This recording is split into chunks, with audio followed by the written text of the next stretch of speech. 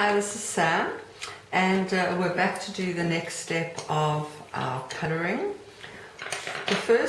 So where you should be up to right now is all your outlining should be done in orange, and you should have coloured everywhere with a light layer of yellow. So lay down a light base colour of yellow.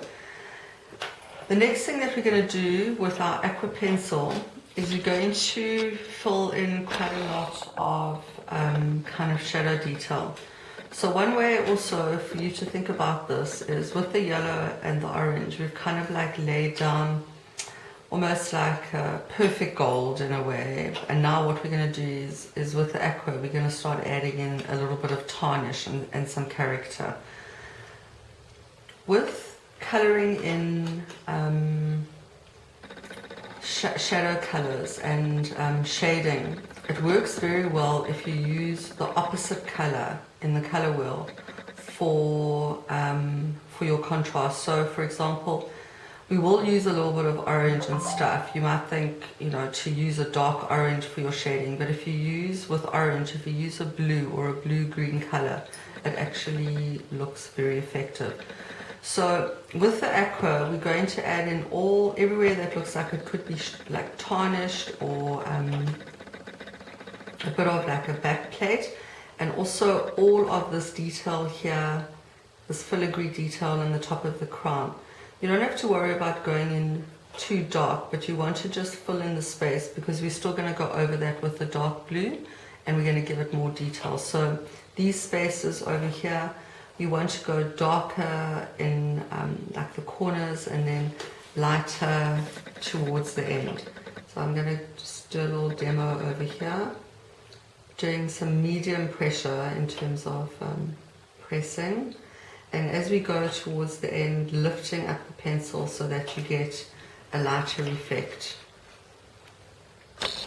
Here we go. In here, for example, this back piece, in between all my irregular bits of orange outlining, I'm going to add in the aqua color.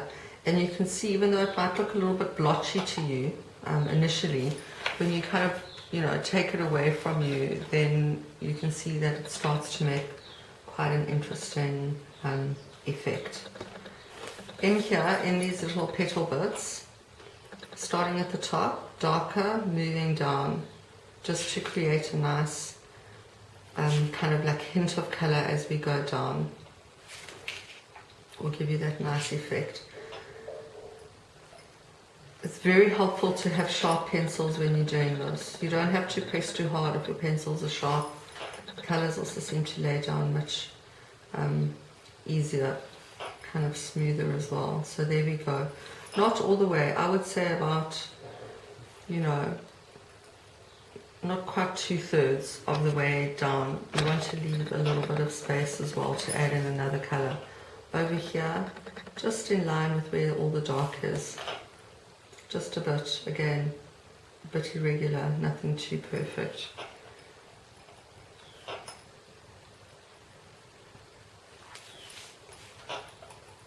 Just building the color up bit by bit. Nothing too solid. So that kind of starts to give an idea of the effect that we're creating.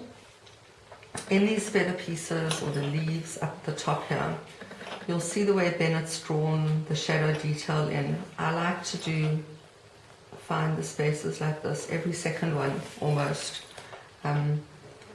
so that you've got space to do something else in between there.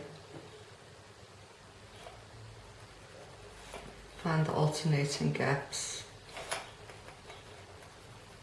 And we're going to still even add some blue on top of that, so that's just the first stage of it. Here we go, there's already some nice dark kind of shading in there that we can pick up on.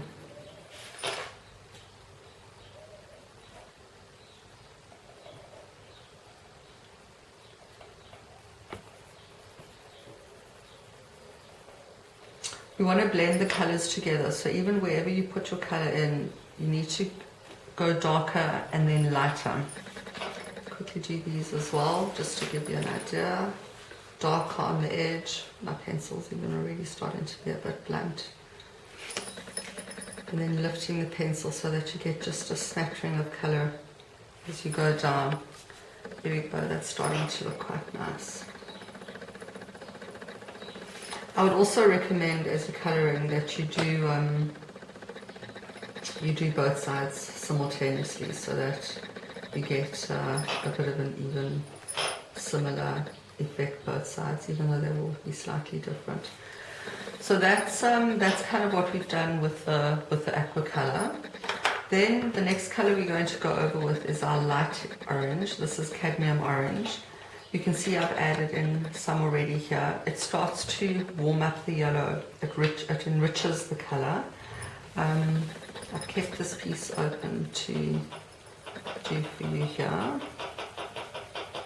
Again, darken the edge and then going lighter because we're going to add more layer of colour on top of that.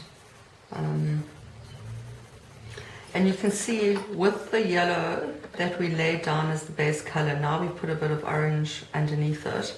It starts to really give a lovely glow. The orange is a little bit, there's less of it, I would say, than the aqua. Once you've done all your aqua, you can then go through your picture and have a look and see maybe where there's some spaces where we haven't put some colour yet and start adding it in. Here around these edges.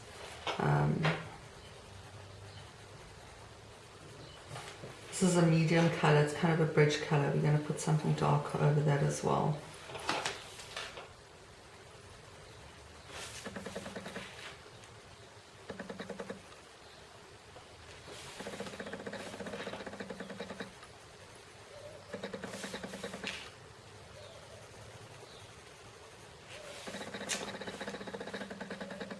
Okay, then using the red violet, which is a really gorgeous color, it's like a deep red brown, going to add some detail in here which is going to make all the world of difference.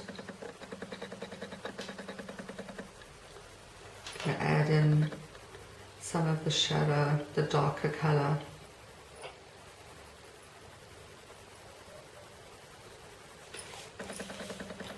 Really starts to add something very rich, nice dimension to it, and here a bit as well in the dark.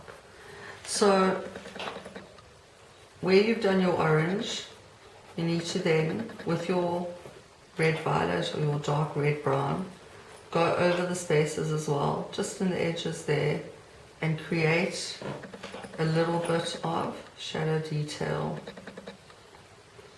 This is not scientific. I can't tell you exactly where to go. It will even almost be impossible to exactly copy what I've done. But the idea is to, with the layers of color, with the different tones, with the orange and the red violet and the aqua, and then also with the blue, is to build up the color. I'll give an example here, where we go in even more into the dark, into, deep into these corners here, and we add the color in, and you can see what a difference it actually makes. Colors all on top of each other. Because you're coloring lightly for each layer, it's easy to build up the color because there's somewhere for the pencil to be able to actually adhere. If you color very, very solid, it is quite difficult. You find that you might struggle, but if you do light layers of color, that will be quite successful in being able to build up the colors. So I'm going to leave you with that for now. So just to recap, we've done the orange outlining, laid down the yellow base color, then with the aqua, gone into all the back areas to create a nice tarnish effect. After that, with our light or our medium orange color, found the gaps and added in this lovely, rich, warm color.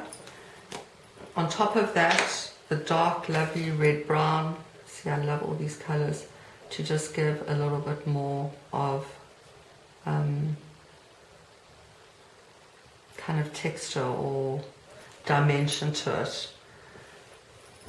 Crack on with that, and we'll catch up in a while.